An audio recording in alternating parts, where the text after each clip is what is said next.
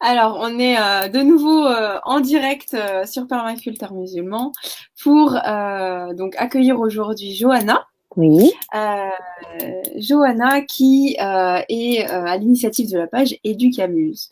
Donc aujourd'hui, on se reçoit dans le cadre de la RAMF, de l'espace écologie de la RAMF qu'on a essayé de recréer en ligne vu les circonstances. Johanna, c'est la quatrième année qu'on te compte, on va dire, parmi nous, même s'il y a eu des années où tu n'avais pas pu faire le déplacement. Mhm. Est-ce que tu peux nous en dire un petit peu plus, te présenter? Alors, je suis maman de 3 enfants et je suis investie maintenant depuis plus de 3 ans et demi, oui, comme c'est la quatrième année, dans la communauté pour essayer de faire avancer les prises de conscience sur l'importance de notre rapprochement à la nature. Mhm. Et par rapport à mon engagement est né de mon éducation en fait et de ma conversion bien sûr, mais de mon éducation que j'ai reçue par mes parents qui étaient des gens qui sont toujours des gens très proches de la nature et qui m'ont sensibilisée à l'importance d'être proche d'elle et de prendre soin d'elle. Ma maman a travaillé dans l'écologie. Elle était formatrice en environnement et donc elle formait les éco-conseillers, des éco-conseillers qui étaient des gens à l'époque, il y a 30 ans, qui allaient dans les instances pour sensibiliser les instances à cette importance de la conscience écologique. Et donc moi j'ai grandi dans ce milieu-là et en plus mes parents sont vosgiens. Et donc il y a à peu près maintenant 6 ans, je suis retournée vivre à la campagne avec mes enfants. Et de là est venu ce besoin de transmettre, ou en tout cas de faire partager mes convictions, parce que j'avais pris conscience, je m'étais rendu compte que la communauté était malheureusement assez loin de ces considérations-là. Et que je me suis dit, il faut absolument faire quelque chose. Voilà, on est dans notre foi. Quand tu Oui. dis loin, qu'est-ce que tu entends par loin? C'est-à-dire que je sentais que c'était déjà un sujet qui était très peu abordé dans les différents prêches que je pouvais entendre dans les mosquées ou ailleurs dans les réseaux. On parlait très peu de nature, de connexion à la nature, de rapprochement, de prendre soin de la nature, même si effectivement c'est quelque chose qui naît du bon sens et qui devrait être logique, somme toute, sauf que comme je suis revenue vivre à la campagne et que j'avais laissé des amis en ville, j'avais parfois des enfants, on m'envoyait les enfants pour qu'ils prennent l'air chez moi, et c'est à ce moment-là que je prenais conscience, de me rendre compte à quel point ces enfants-là étaient très loin de la nature, et que même pour arriver à les emmener se promener, il fallait que je les motive pendant plus d'1 heure. Et c'est de là que je me suis dit, oh là là, c'est pas possible, il y a une coupure dans la fitra en fait, et c'est dangereux pour les générations futures. Il faut absolument que cette fitra de l'enfant perdure dans le Alors, temps. la fitra, moi je vais te reposer la question parce qu'en fonction des personnes, donc chacun a il y a une conception, on va dire, globale pour tout le monde et chacun a son approche. Qu'est-ce que tu entends par fitra pour qu'on explique à tout le monde? Il y a certains qui ne sont pas forcément familiers avec le mot. Pour moi, la fitra, c'est la propension à naturellement savoir ce qui est bon pour soi. Et le rapprochement à la nature en fait partie. Je pense qu'un enfant qui naît sait déjà ce qui est bon pour lui, l'exprime à sa manière, mais je me souviendrai toujours de j'avais eu vent d'un interview sur Europe 1 ou RTL, je ne sais plus, enfin bref, où ils avaient interviewé des enfants qui étaient en ville. Et je me souviens c'est pour illustrer en fait, de cette petite fille qui pleurait. Elle pleurait tellement parce qu'elle disait, les arbres me manquent, la nature me manque, j'ai envie de voir des moutons. Et elle en pleurait à chaudes larmes. Elle devait avoir 7-8 ans. Et j'ai trouvé ça, pour moi c'est ça la fitra, voilà, c'est que les enfants ont cette prédisposition à savoir prendre soin de la nature et à savoir s'immerger dans la nature sans qu'il y ait des explications ou une éducation qui passe par les mots. Enfin, ça coule de source. Voilà. Pour moi, c'est ça. Une connexion directe à sa nature humaine, de prendre soin et de se trouver en connexion avec les éléments. Exactement, c'est ça. Et d'en prendre soin. Oui. Et donc, par rapport à donc tu me parlais de ton cheminement, donc que tu recevais les enfants chez toi, et du coup, qu'est-ce qui s'est passé à ce moment-là? Il y a eu un déclic, tu as essayé de changer quelque chose, comment tu t'y es prise pour te mettre en route, on va dire, en transition Eh bien, en fait, déjà, j'avais grandi dans ce milieu un peu écolo. Mes parents faisaient toujours très attention à ce qu'on mangeait bio, c'était une vraie conviction à la maison. Et en me mariant et en retournant, j'ai vécu aussi la transition de mes parents quand j'étais jeune, parce que mes parents, quand j'avais 13 ans, sont repartis aussi vivre à la campagne, en fait. Donc, j'ai vécu déjà cette transition avec mes parents, leur propre transition à eux. Et quand je suis repartie faire mes études en ville, je suis restée en ville, je me suis mariée en ville, j'ai eu mes enfants en ville. Et c'est là que tout le passé est remonté et que je me suis dit, oh là, c'est pas possible, moi j'ai grandi à la campagne. En tout cas toute mon adolescence, et je supporte pas de voir mes enfants jouer sur le béton et s'égratigner les genoux, ou être dans des parcs dans lesquels ils doivent attendre un quart d'heure pour qu'il y ait 30 gamins qui puissent faire une descente de toboggan. Je trouvais ça épouvantable, même en tant que parent. Et donc je suis retournée vivre à la campagne auprès de mes parents. Et de là, le temps que je m'installe, que moi-même j'opère des changements, parce que j'avais perdu certaines choses, certaines habitudes que j'avais eues avec mes parents. Et donc, j'ai opéré cette transition moi-même, personnellement, sur l'alimentation, sur comme je me suis comment dire ça, j'ai fait une recherche d'avoir une maison avec un terrain dans lequel je puisse faire du potager, avoir un compost. Enfin, j'ai mis en place certaines choses moi-même pour faire avancer ma propre transition, avoir une réflexion aussi sur les produits que j'utilisais. Et c'est comme ça qu'ensuite, une fois que j'ai atteint un certain niveau de transition, je me suis dit, maintenant, il faut peut-être en parler, il faut peut-être sensibiliser, parce que comme je suis à la campagne, quelque part, j'ai peut-être une légitimité à en parler, un peu plus importante que si j'étais dans un HLM où j'étais entourée de béton vide. Et en fait, ce qui a été la première chose qui m'a menée, c'est surtout le fait d'être un pont. En étant convertie depuis maintenant 20 ans, j'ai toujours eu l'impression d'avoir quitté un peu mon monde et d'avoir pas totalement intégré le monde des musulmans de naissance, en fait, quelque part, et d'avoir l'impression d'être toujours entre deux mondes. Et je me suis dit, il faut que je fasse des vases communicants entre ces deux mondes, et je me suis toujours vue comme un pont. Et donc, les premières choses que j'ai faites, déjà, j'ai découvert le concept de permaculture, parce que c'est un ami un jour qui m'a dit, il faut absolument que tu t'intéresses à ce concept. Et donc, c'est comme ça que c'est parti. Et je me suis mis à chercher. Et en plus, c'était un musulman. Donc, je me suis dit, il faut que je m'intéresse à ce concept-là. Et c'est comme ça que j'ai pour la première fois, approché le réseau de Chemsi et de sa page. Et que j'ai rencontré plein de gens. Et j'ai voulu comprendre quel était ce réseau. Il était composé de quelles personnes, et donc c'est comme ça que je me suis intéressée à une espèce de faire du réseautage un peu. Voilà, c'est ça mon but, c'est d'essayer de recenser un peu des personnes. Voilà, faire du réseautage, faire du recensement.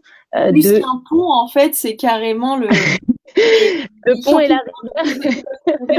de champignons sous les mycorhizes.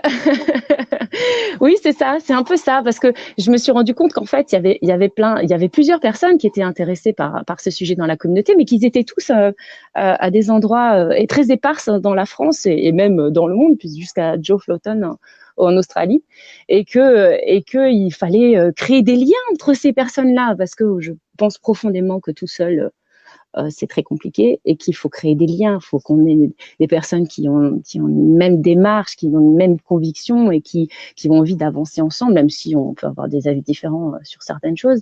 Mais il y avait un besoin de rassembler, autant de faire le pont, mais de créer des liens. Voilà.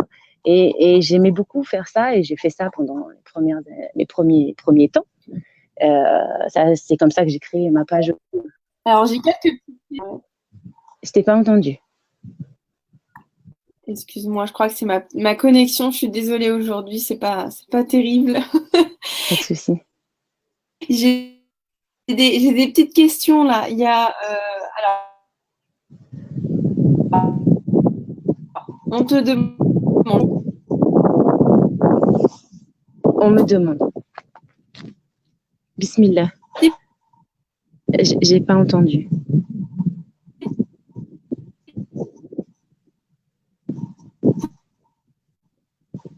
Je ne t'entends pas, Florence.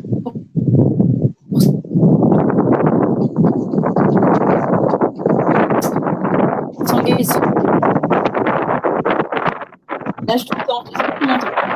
Oui, là, je t'entends. Ok, super. Alors, donc oui, je te demandais, est-ce que tu penses qu'il faut attendre à avoir une certaine légitimité, donc une certaine expérience, pour venir sensibiliser les autres, donc s'engager à sensibiliser les autres? C'est une grande question que je me pose encore parfois. Ça démarre fort, elles sont compliquées les questions d'entrée. Je ne te dis pas qui l'a posée. C'est une question qui m'a été posée ou c'est toi qui me la poses? Non, c'est une question D'accord. Qui a été posée, mais je te dis pas qui l'a posée parce que... je pense que comment dire ça? Je pense de plus en plus, pour répondre à cette question-là, qu'il faut parler de soi. Si on parle de soi, on a toujours la légitimité de ce qu'on ressent et de ce qu'on vit. Et d'ailleurs, je pense que c'est vraiment l'avenir des interrelations entre les personnes, c'est de partir de soi. Le modèle du tout sachant, pour moi, est un modèle qui tend à perdre de sa légitimité, justement. Alors que quand on parle de soi et quand on parle de nos ressentis, eh ben, on parle de ce qu'on a vécu et ça, personne ne peut le remettre en question. Quelque part, forcément, c'est légitime. Après, il faut dépasser les barrières d'arriver à parler de soi. Et ça, j'avoue que parfois, j'ai des appréhensions à parler de moi parce que je n'aime pas trop parler trop de ma vie et donc il faut arriver à trouver un juste milieu entre mon expérience permet d'illustrer les convictions que je veux transmettre et que ça n'aille pas au-delà. En fait, c'est pas là pour servir le déballage de mon ego, c'est pas du tout ça. C'est juste dire bah voilà, moi j'ai vécu ça, j'ai ressenti ça. Ensuite après, ben tu prends ce qui te parle. Et puis, tu laisses ce qui ne te parle pas et tu en fais ce que tu veux aussi après. Voilà, la liberté.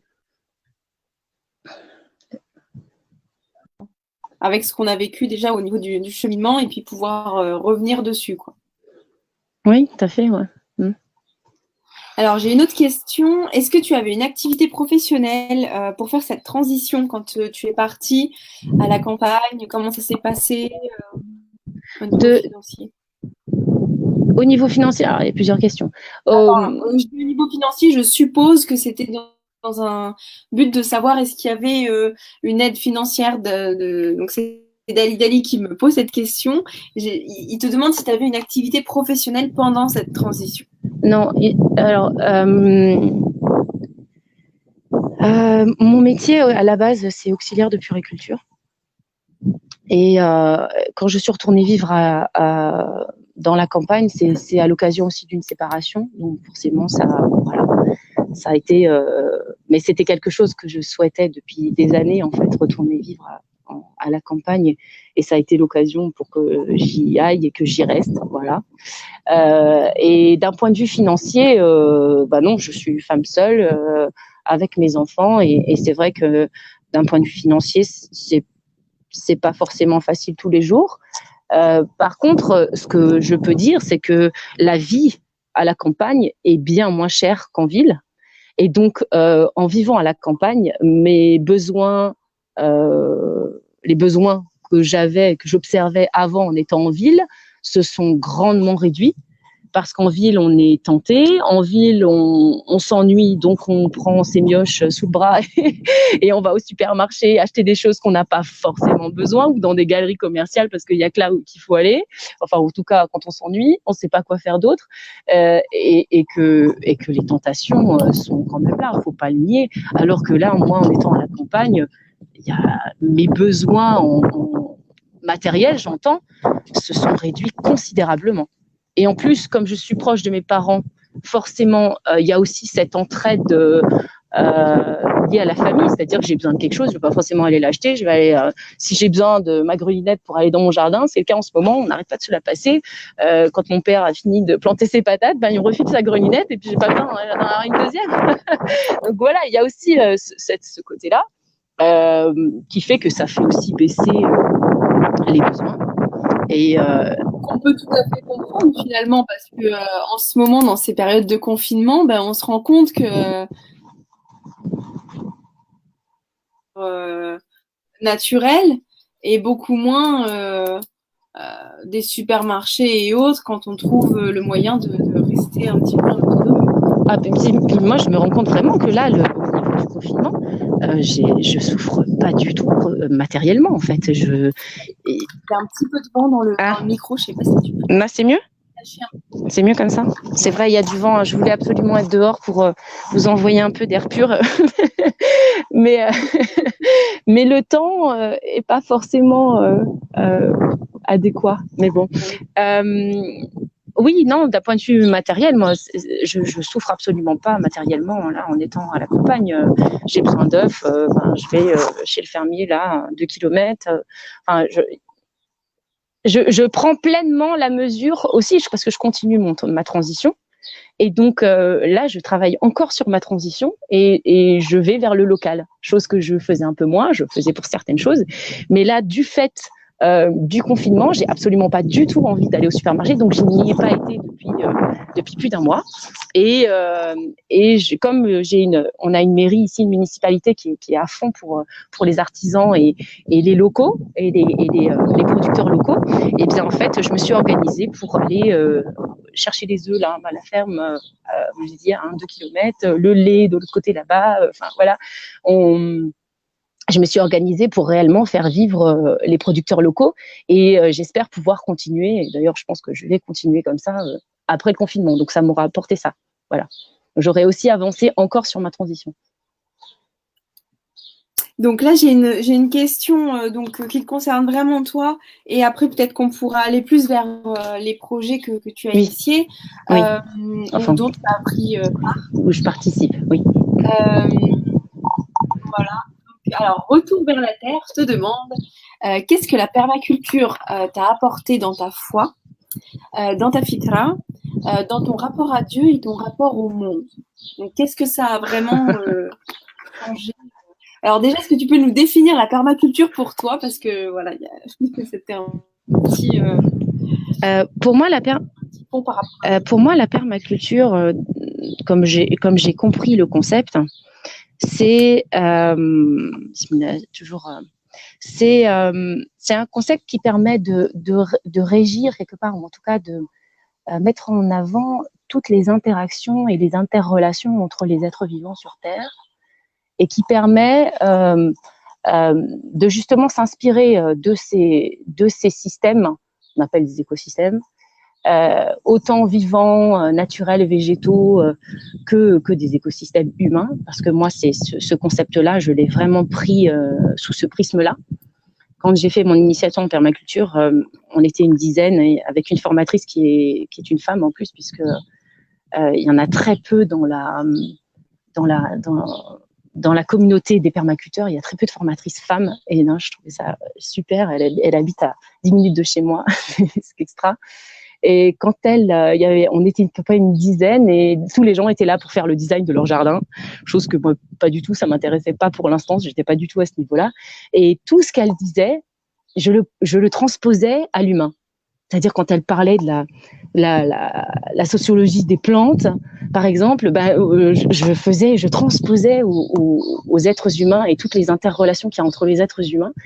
Et c'est comme ça que j'ai découvert le concept, en fait, que le concept m'a parlé. Parce qu'il m'a parlé comme l'inspiration de la nature, pas forcément que pour l'autosuffisance, même si effectivement c'est très important et c'est souvent comme ça, c'est la première approche qu'on a. Mais comme j'étais pas dans ces questionnements-là, je l'ai pris vraiment pour réorganiser l'humain. Voilà, réorganiser les relations entre les êtres humains. Et ça a été une vraie révélation de bon sens, parce que l'humain a toujours été, les relations humaines ont toujours été quelque chose qui m'a intéressée. Mon père était dans le management, ma mère était formatrice pour adultes, et donc j'ai baigné en fait dans ces discussions-là où on parle toujours de l'humain et des relations compliquées entre les êtres humains. Et c'est toujours un sujet qui m'a intéressée. Et donc pour moi, la permaculture donnait du sens à tout ce que nous avons à réapprendre en fait pour sortir de l'individualisme et dans lequel on est complètement prisonnier et qui justement biaise toutes les relations qu'on a avec les autres et qui en fait, à mon avis, une grande source de souffrance pour les êtres humains. C'est cet éloignement des autres et qu'on ne sait même plus être avec les autres. Et pour moi, la permaculture est une des solutions, c'est-à-dire réapprendre à faire avec les autres ensemble de manière résiliente et de manière bienveillante. Donc la permaculture, pour répondre à la question de Lucas, c'était vraiment ça a ancré encore plus le bon sens déjà et le sens de la vie que déjà l'islam m'avait redonné, parce que l'islam a été vraiment le moyen par lequel j'ai trouvé sens à la vie. Et la permaculture me donne les moyens maintenant pour avancer. Voilà. Même si l'islam, bien sûr, donne les moyens, mais c'est vraiment un concept pour moi qui est actuel dans la situation dans laquelle on est maintenant. En fait, voilà. On peut dire que c'est un principe éducatif, la permaculture ?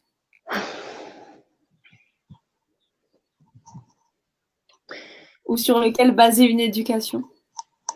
En fait, c'est l'éducation, pour moi, dans l'inconscient collectif et culturel, c'est comme s'il y a une page blanche et alors il faut qu'on écrive et qu'on éduque. Voilà.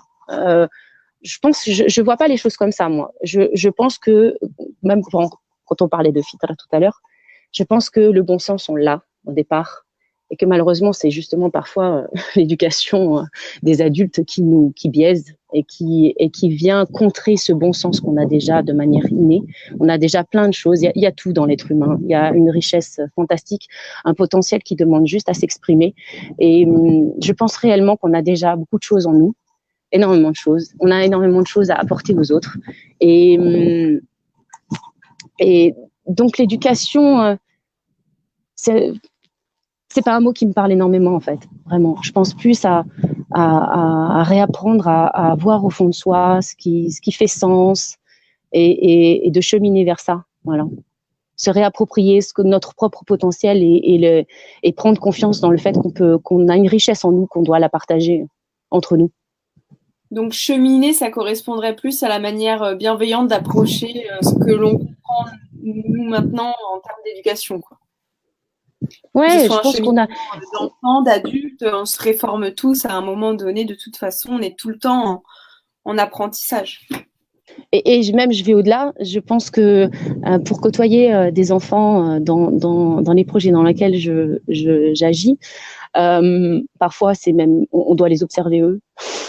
On doit apprendre d'eux, parce que les enfants font des choses de manière instinctive que nous on a vraiment perdu on a perdu de nos certaines capacités de bon sens et de discernement, parce qu'on est conditionné et que ce conditionnement nous fait perdre que la connexion avec la nature.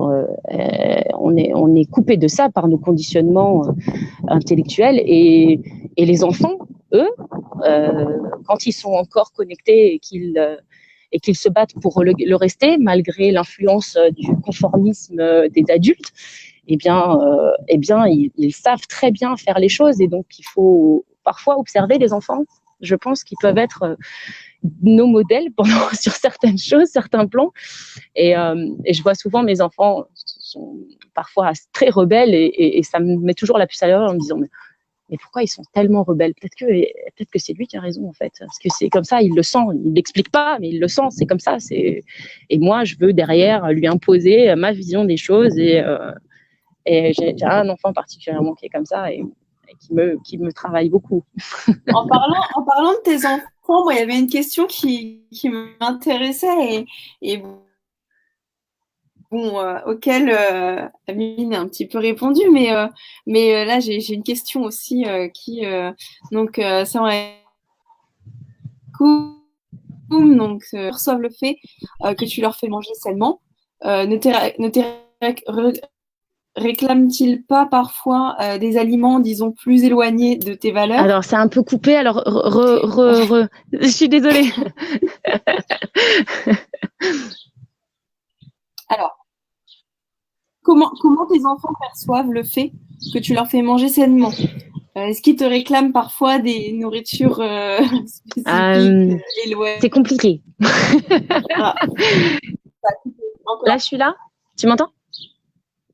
Ah, c'est bon. Okay, ouais. Super. Donc, la question, c'est comment prennent mes enfants le fait que je leur fasse manger sainement? C'est ça? Ouais, est-ce que des fois, forcément, hein, quand on est jeune, on a envie de manger de la nourriture un petit peu plus... Ouais, c'est compliqué. C'est compliqué. C'est compliqué parce que mes enfants aussi, surtout pour les garçons, ont vécu la vie d'avant où j'étais un peu moins sensibilisée à ça, où je faisais moins d'efforts. Et donc, il a fallu, le jour où je leur ai dit, bon, on mange plus de viande, catastrophe, parce que j'ai décidé de manger plus de viande, pas parce que, par conviction, parce qu'il faut plus manger de viande, c'était pas ça, c'était qu'ici, les fournisseurs de viande étaient pas forcément de la viande de très bonne qualité. Et donc, j'ai souhaité qu'on décélère à ce niveau-là. Ça a été assez difficile pour mes garçons. J'en ai entendu parler pendant 2 ans.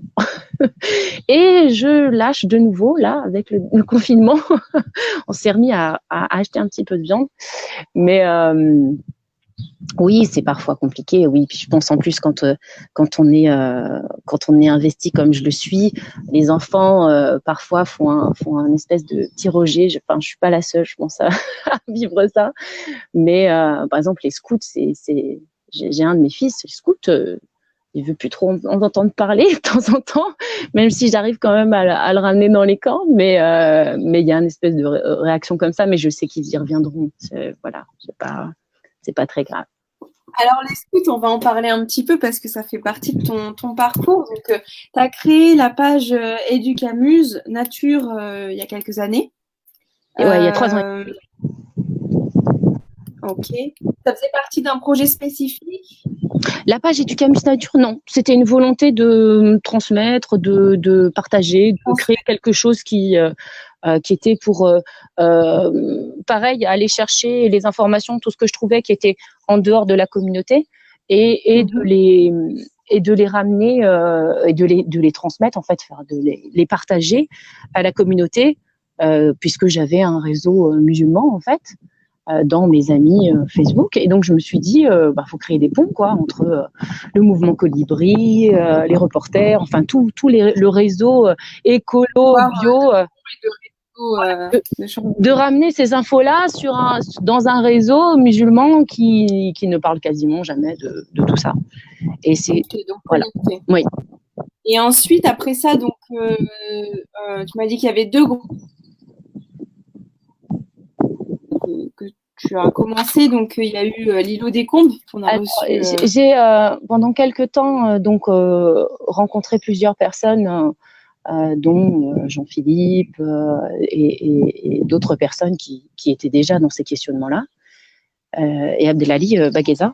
Et en fait, je me suis dit, la première chose que je veux faire, c'est mettre les mains dans la pâte, quoi, et être dans le concret, parce que c'est dans le concret que je vais être face à mes propres limites à moi.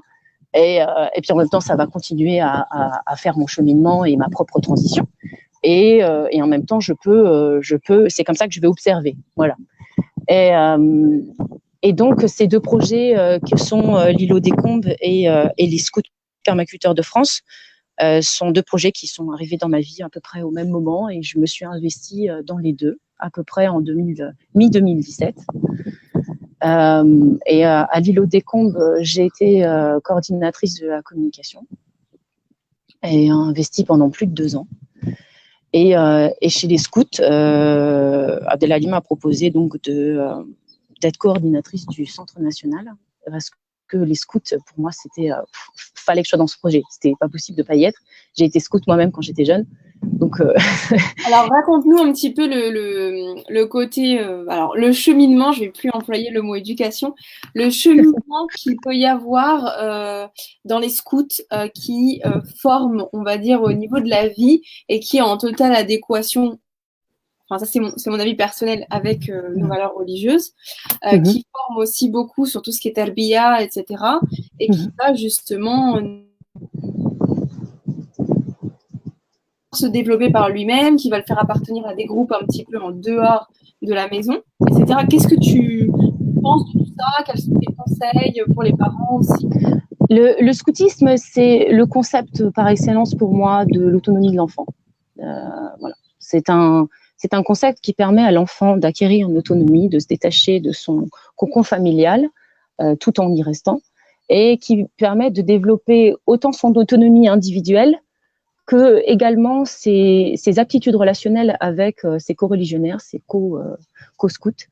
Et c'est une vraie formation de l'enfant qui apprend à faire par lui-même, à apprendre la valorisation de son travail et de la part qu'il fait dans le groupe, puisque le fonctionnement des scouts fait qu'ils sont organisés en unité, en équipe, avec une hiérarchie, avec des chefs, donc ils apprennent cette notion de gouvernance aussi.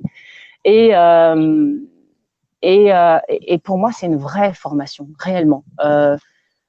Et ça, moi, je l'ai vécu dans l'intérieur parce que j'ai été scout au Scout et Guide de France, mon frère aussi. Mais mes parents font partie d'une génération où le scoutisme, ça faisait partie de la vie familiale. En fait, les enfants allaient tous au scoutisme, où ils allaient au catéchisme, ce qui ressemble à peu près à la même chose, même s'il y a des choses différentes. Mais il y a tout c'est pas un formatage, mais en fait, c'est un apprentissage à savoir vivre ensemble et être avec les autres, apprendre qu'il y a l'importance du collectif qui passe avant l'importance du personnel. Voilà. Donc, le bien commun et le bien du groupe. Et pour moi, le scoutisme vraiment allié avec la permaculture, c'est un mélange qui fonctionne très bien. Et Abdelali a eu la vivacité d'esprit d'allier les deux concepts quand il a eu connaissance de la permaculture, parce que la permaculture, c'est l'autosuffisance, c'est apprendre à faire avec le vivant. Et le scout, son milieu de prédilection, c'est la forêt, c'est l'environnement dans lequel il évolue. C'est les matériaux qu'il cherche pour fabriquer des meubles et fabriquer des tabourets et des tables, c'est la forêt. Donc c'est le même milieu, le même environnement. Et ces deux concepts fonctionnent à merveille. Voilà. Donc c'était un projet, quand j'ai eu connaissance de ce projet, moi c'était indispensable d'y être parce que ça me renvoyait aussi à tous mes apprentissages que j'ai eus quand j'étais petite. Ça j'avais Ah ouais, puis scout un jour, scout toujours, sérieux. Donc bon voilà, il y avait pas. Et pourtant en plus ça m'a fait retourner à l'école parce que j'ai dû passer mon BAFD il y a maintenant presque pour pouvoir diriger les camps. Chose que je me suis retrouvée avec plein de petits jeunes de 17 ans qui passaient, ou de 18 ans qui passaient leur BAFD, ou de 19. Donc ça m'a fait bizarre, mais c'était nécessaire, puis ça a été une super formation. Est-ce que tu te rappelles de certaines périodes qui ont été difficiles quand toi-même tu étais scout? Parce qu'en fait, concrètement, ce que j'entends aussi derrière la question de comment tes enfants le vivent, etc., c'est aussi la question des parents qui n'osent pas, en fait, déconnecter leur enfant d'un système hyper capitaliste ambiant ou consumériste, pardon. Dans les collèges et lycées, etc., on le sent, ça fait partie aussi. Il faut avoir la nouvelle paire de baskets, il faut avoir ceci, il faut avoir cela. Comment petit à petit les déconnecter sans pour autant totalement soit partir à la campagne, mais comment est-ce qu'on entame cette transition? Comment est-ce qu'on leur fait vivre tout ça? Je pense que dans nos expériences aussi à nous, il y a des petites pistes. Par exemple, moi, je me rappelle que j'aimais pas forcément aller au musée, mais le fait d'avoir été au musée, maintenant, ça me fait apprécier le fait d'aller au musée maintenant. Est-ce que ça a été pareil pour le scoutisme? Qu'est-ce que tu conseilles pour les parents pour entamer cette détox petit à petit vers une transition? Je pense que les parents gagneraient à avoir des convictions fortes et que parfois il faut passer au-delà de ce que l'enfant souhaite. Parce que si les enfants, comment dire ça, quand les enfants sont conditionnés par le système extérieur, comme ce que tu disais, avoir les dernières baskets et être à la mode et rien faire avec son téléphone, si les parents ont des convictions de vouloir le bien de leurs enfants, parfois il faut passer par le fait d'aller au-delà de ce que les enfants veulent et de vouloir le bien au-delà d'eux, malgré eux. Et je sais que d'expérience, moi aussi, et mes parents m'ont mis au scoutisme, je ne savais même pas trop ce que c'était. Et le collectif comme ça, c'était les premières années, c'était compliqué. Et donc, maintenant, j'en garde des souvenirs fantastiques, quoi. Et le premier camp dans lequel ils m'ont mis, j'avais pas du tout envie de les quitter. Et, c'était très très difficile. J'étais en plus au tout début avec des enfants que je ne connaissais pas. Je venais d'atterrir dans la section et enfin voilà. Et ben, pourtant j'ai des souvenirs de ce camp-là génial. Et d'ailleurs, on le voit dans nos camps. Des fois, les enfants arrivent, ils savent pas. Quand c'est les débuts, les premiers camps, ils savent pas, ils sont pas à l'aise, ils sont un peu impressionnés par les chefs et les cheftaines qui sont là, qui leur disent allez, faut aller là, là, là, là. Et puis à la fin, ils me disent bah ouais, il faut déjà repartir. Mais non, c'est pas possible, il faut pas qu'on parte demain. Et le dernier jour, c'est des larmes, ils n'arrivent pas à nous quitter, même nous, on n'arrive pas à les quitter. Donc il faut passer un certain stade. Des fois, on voit les deuxième jours où les enfants se relâchent, notamment dans les camps. Il y a une espèce de relâchement comme ça où ils sont coupés, ils sentent bien qu'il y a une différence par rapport à leur vie de tous les jours. Et passer ces 2 premiers jours-là, le troisième, ils embrayent, ils sont à fond dedans, hein, ils suivent les chefs droit en face. Ce qui est intéressant, c'est le cadre que ça propose en fait, parce que c'est extrêmement structuré par rapport à la société dans laquelle on est, où tout à fait. on a tendance à avoir des cadres d'autorité représentée qui s'écroulent un petit peu aussi avec le système démocratique, et du coup, on les remet dans un cadre hyper structuré, ce qui souvent rassure beaucoup les enfants, et ils vont se sentir rassurés, alors choqués au début, se sentir rassurés, et après peut-être aller vu qu'ils se sentent rassurés, ils vont explorer, quoi. Ça y est, ils vont. Donc, toi, comme ça, tu penses que ça vient étayer.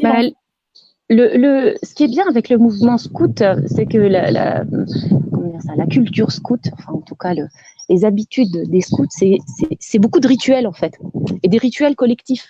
C'est-à-dire, on fait le rassemblement le matin avec les chefs devant, et donc il y a une hiérarchie qui est aussi posée, qu'ils ont parfois du mal à accepter dans les premiers jours. Et il y a le mot discipline qui arrive dans ma bouche, parce que effectivement, ce mot il est très décrié dans la société de maintenant, la discipline. C'est quelque chose que les parents n'aiment pas entendre. Sauf que j'en parlais justement avec un frère il y a quelques jours, la discipline, quand on le prend de manière positive, c'est indispensable. Il faut qu'il y ait une structure, en fait.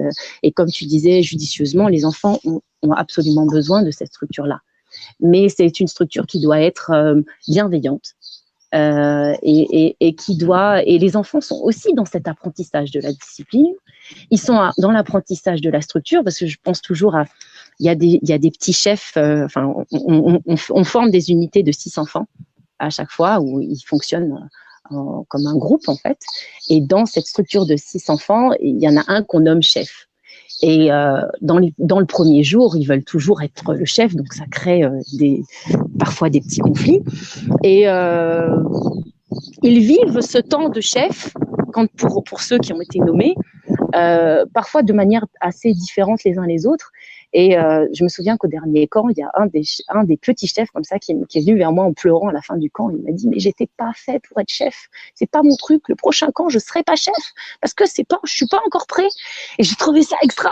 Parce que je me suis dit, voilà, il s'est auto-analysé, il s'est rendu compte qu'il n'était pas encore prêt pour ça et que c'était pas encore son truc et que bah, au prochain camp, bah, il serait pas chef parce que c'est une trop grande responsabilité puis qu'il n'en a pas encore les épaules pour bien la gérer.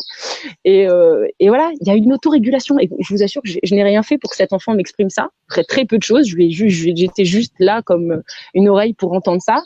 Mais j'ai trouvé ça extra parce que je me suis dit, bah voilà, il s'est rendu compte par lui-même. Et il a trouvé la solution par lui-même. Il s'est dit, au prochain camp, je serai juste en observation. Voilà, je vais laisser faire les autres. Les autres, je vais les laisser devenir des chefs parce qu'ils vont voir que c'est pas facile.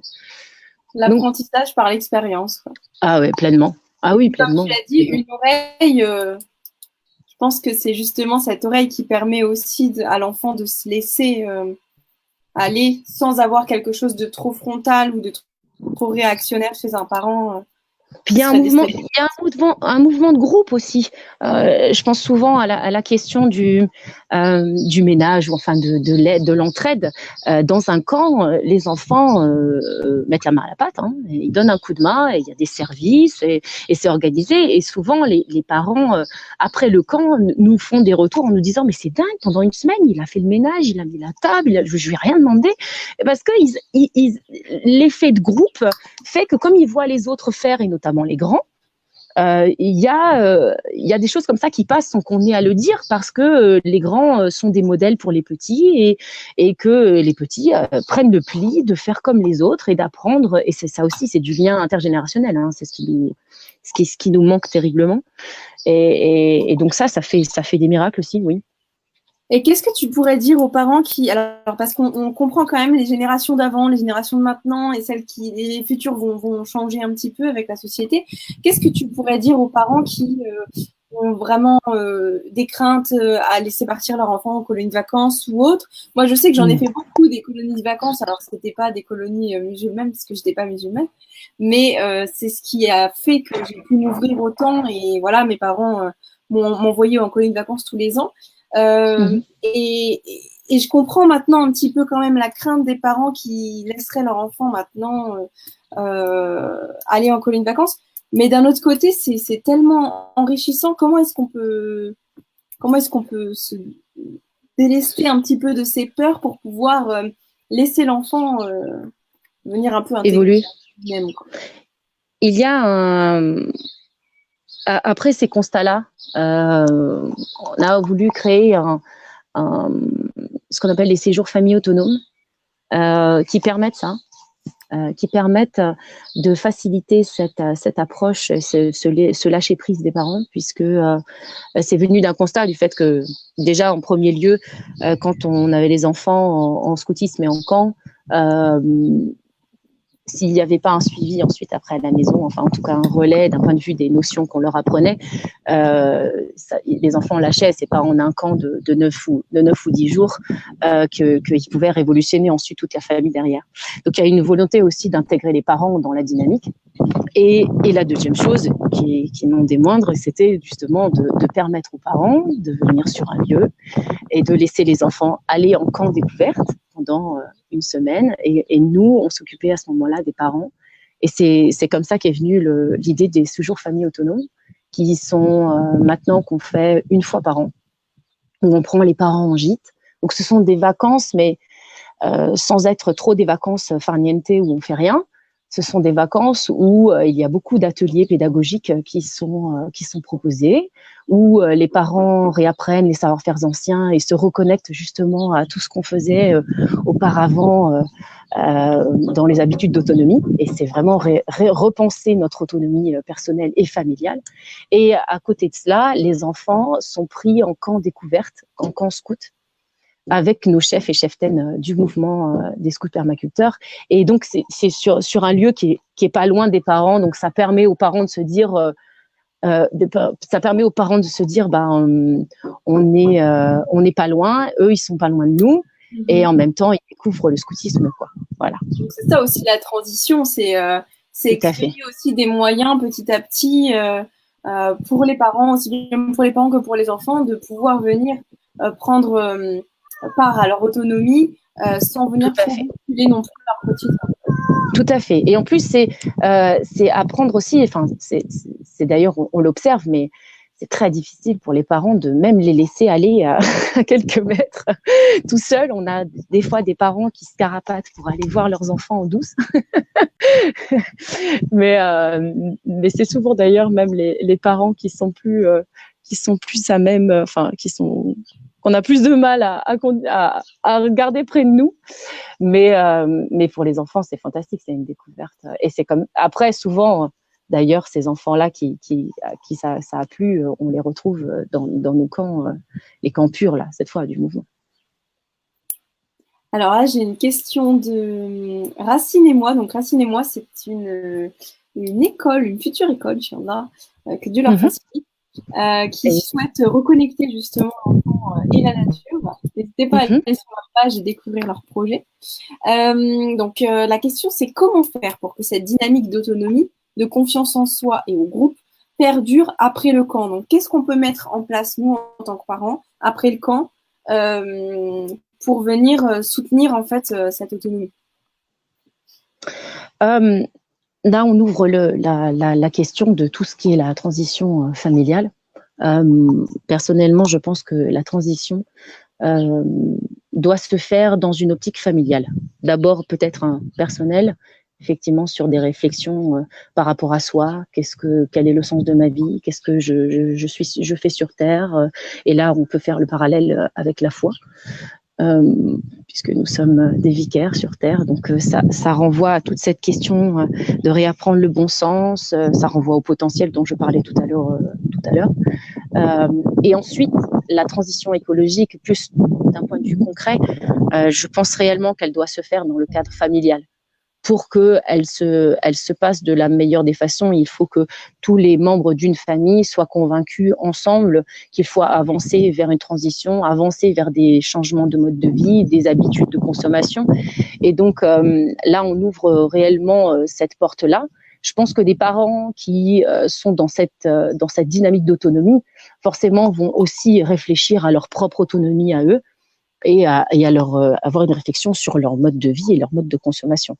Et comment faire? Eh bien, on a tout à disposition. Moi, je n'ai pas prétention à donner des solutions toutes faites. D'ailleurs, je m'y refuse parce que je pense que les portes de la transition sont multiples et que elles, comment dire ça? Je me plais à dire souvent elles me font penser à aux différentes portes du paradis par lesquelles on peut rentrer. Et je pense que la transition, c'est vraiment ça. Chacun va rentrer par ce qui le touche. Et il y a des personnes, ça va être la santé, d'autres, ça va être l'alimentation, d'autres, ça va être les énergies, d'autres, ça va être une volonté d'aller vivre en dehors des villes. Enfin, il y a plusieurs portes aux transitions et il y en a d'autres, ça va être parce qu'ils ne se plaisent plus dans le travail qu'ils font. Et je pense que chacun doit faire un état de prise de conscience de ses propres besoins et que c'est par ses propres besoins, se reconnecter avec nos besoins, pas les besoins que le capitalisme veut nous imposer, mais nos propres besoins personnels, qu'on arrivera à trouver comment je veux faire des évolutions dans ma vie de famille, ma vie avec les autres, mes relations avec les autres, et que comme ça, que je peux opérer ma propre transition personnelle et collective avec ma famille. Et il y a une chose qui est importante, c'est de ne pas rester seul. Je pense qu'il faut s'entourer de gens qui sont comme nous, des gens qui sont aussi dans la même dynamique et de s'insérer dans des projets alternatifs comme il y en a de plus en plus partout. Et ces projets-là, il faut s'y insérer, s'y intégrer et dans lesquels il y a énormément déjà de solutions et de gens qui ont déjà réfléchi à comment faire. Voilà. Je te vois plus, Florence, par contre.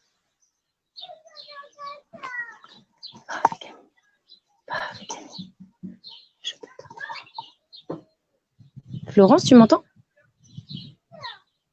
Allô?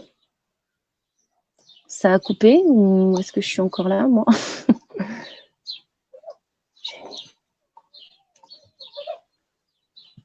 qu'est-ce que je fais? C'est reparti. Ah, c'est reparti? Ça y est? Oui.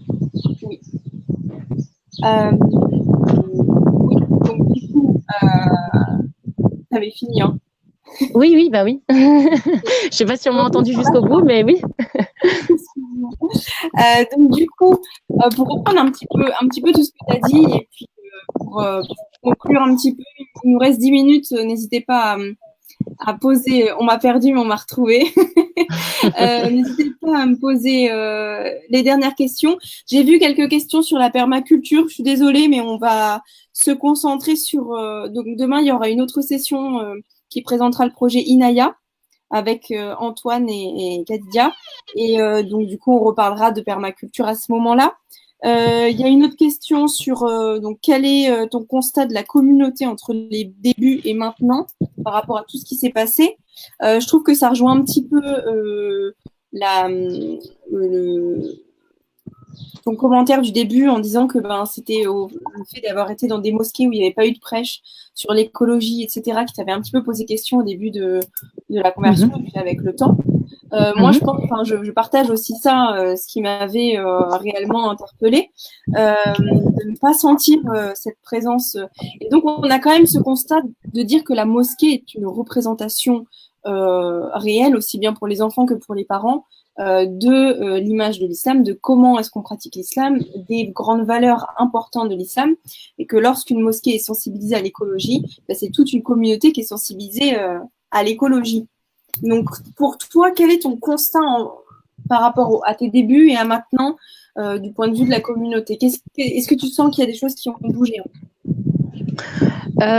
Oui, ça bouge parce que il y a de plus en plus de personnes qui s'intéressent au sujet et qui se posent des questions, notamment en ce moment. Hein. C'est vraiment une bonne période pour s'intéresser à ces questionnements-là, puisque effectivement le confinement plus la venue de ce corona, de ce cher corona, nous fait remettre en question plein de choses dans nos vies et nos modes de vie.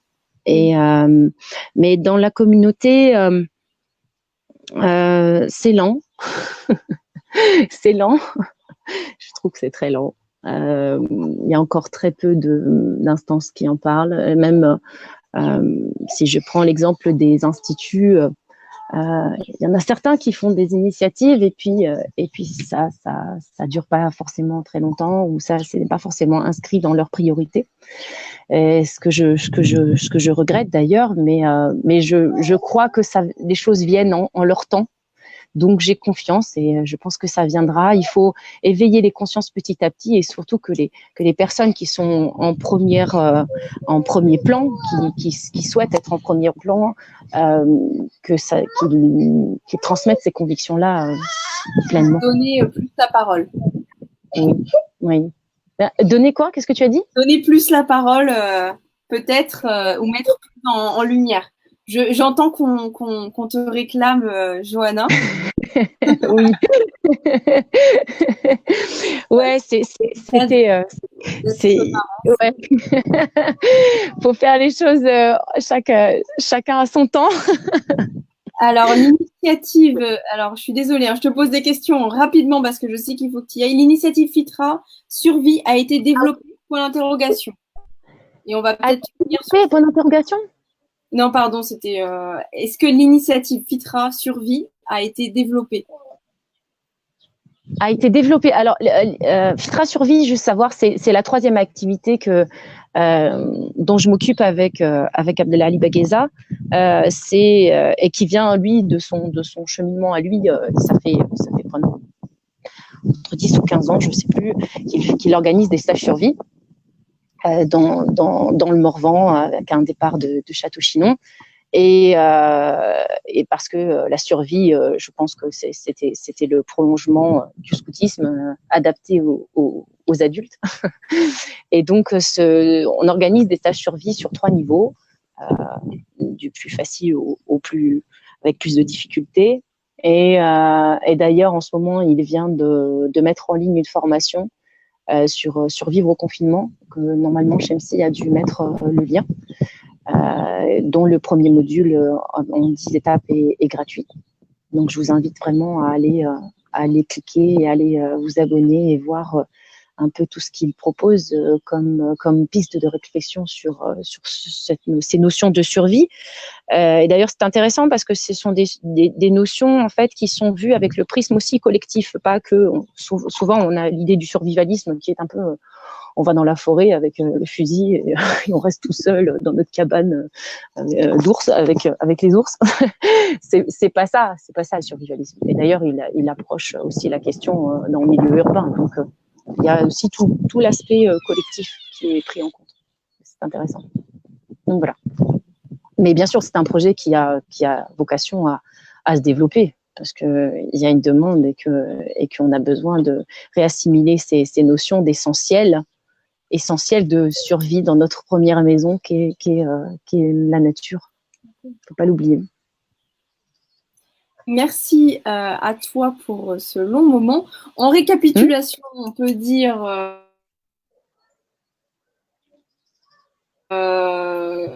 faire un gros récap de tout ce qui a été dit. On peut dire qu'au niveau des systèmes éducatifs, il y a la nature, en fait, tout simplement. C'est l'un des meilleurs outils de réflexion, de sensibilisation, de contemplation, de joie et de bonne humeur. Oui, la contemplation donc, indispensable parce que c'est un point très important, la contemplation. Et d'ailleurs, elle trouve son pendant dans la permaculture par l'observation, qui est la première chose qu'on apprend en permaculture, c'est à observer.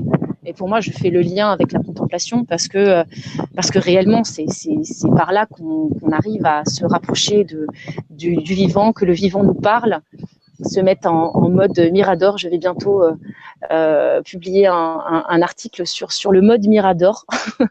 C'est-à-dire, je me mets sur un Mirador et j'observe ma vie, j'observe la nature et s'observer soi aussi, c'est très important pour se reconnecter à soi, à nos propres besoins, à qu'est-ce qu'on fait dans ce monde. Il y a plein de choses à observer dans nos vies qu'on ne fait pas parce qu'on vit nos vies sans les observer, sans le contenant, voilà, parce qu'on nous l'impose par un conformisme. Il faut que métro boulot dodo, voilà, et qu'on doit réapprendre aussi à observer nos propres ressentis, nos propres émotions, les autres. Nos interrelations avec les autres. Et la nature, pour ça, est un modèle, en fait. Donc, on observe la nature, on observe les enfants, on observe tous les systèmes de communication entre nous. On observe tout ça. On initie ses enfants au scoutisme, à la permaculture, et puis aussi à aller de l'avant par eux-mêmes et à nous expliquer certaines choses. Pourquoi pas ne pas inverser aussi les systèmes d'enseignement. Donc voilà, se reconnecter un petit peu à tout ça, laisser un peu libre ses enfants et voir ce qu'ils découvrent. Oui, lâcher prise. Et lâcher prise aussi, réapprendre la liberté. La notion de liberté est une notion qu'il faut remettre dans nos vies. La liberté de penser, la liberté d'être, la liberté de réfléchir, le sens de l'autocritique. Tout ça participe à retrouver le bon sens et le discernement. On a tout en soi. Pourquoi est-ce qu'on a eu besoin de... On a tout externalisé. C'est comme la mondialisation. On a mondialisé notre propre personne. Non, mais c'est vrai, on a vraiment externalisé énormément de choses alors qu'on a tout en soi et qu'il faut aller rechercher au profond de soi. Et ça, c'est complètement en lien avec la foi. Retrouver Dieu en soi et autour de soi et observer, voir. Il y a tout un cheminement aussi personnel, c'est pas qu'un cheminement matériel où il faut que je me mette à trier mes déchets, à manger bio. Je me refuse à rentrer dans ces polémiques-là parce que je pense beaucoup plus à sensibiliser les gens à trouver leur bon sens. Voilà. Si tu as envie de manger bio parce que tu sens que c'est bon pour toi, vas-y. Si tu préfères aller acheter un petit producteur à côté qui n'est pas bio mais qui est local, il est juste à côté de toi et tu sais que même si ces pommes elles sont pas forcément top, mais elles viennent pas du Pérou parce que parfois elles sont bio mais elles viennent du Pérou. Et ben voilà, trouve ton bon sens, réapprends à te questionner et à prendre le temps. Tout ça, ça va avec le temps. Refaire du temps notre allié parce que pour observer, méditer, contempler, on a besoin de temps. Le temps. Merci Johanna pour ton temps. Et merci à toi. Merci à vous. Merci à vous.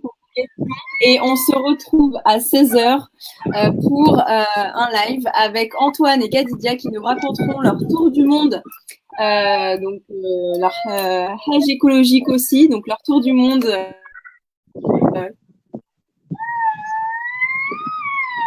qui découlera sur un grand projet dont ils vous parleront. Très bien, merci à vous et merci à tous ceux qui ont été là. Et je suis disponible en MP s'il y a d'autres questions, sans problème. Et Johanna reste disponible. Oui.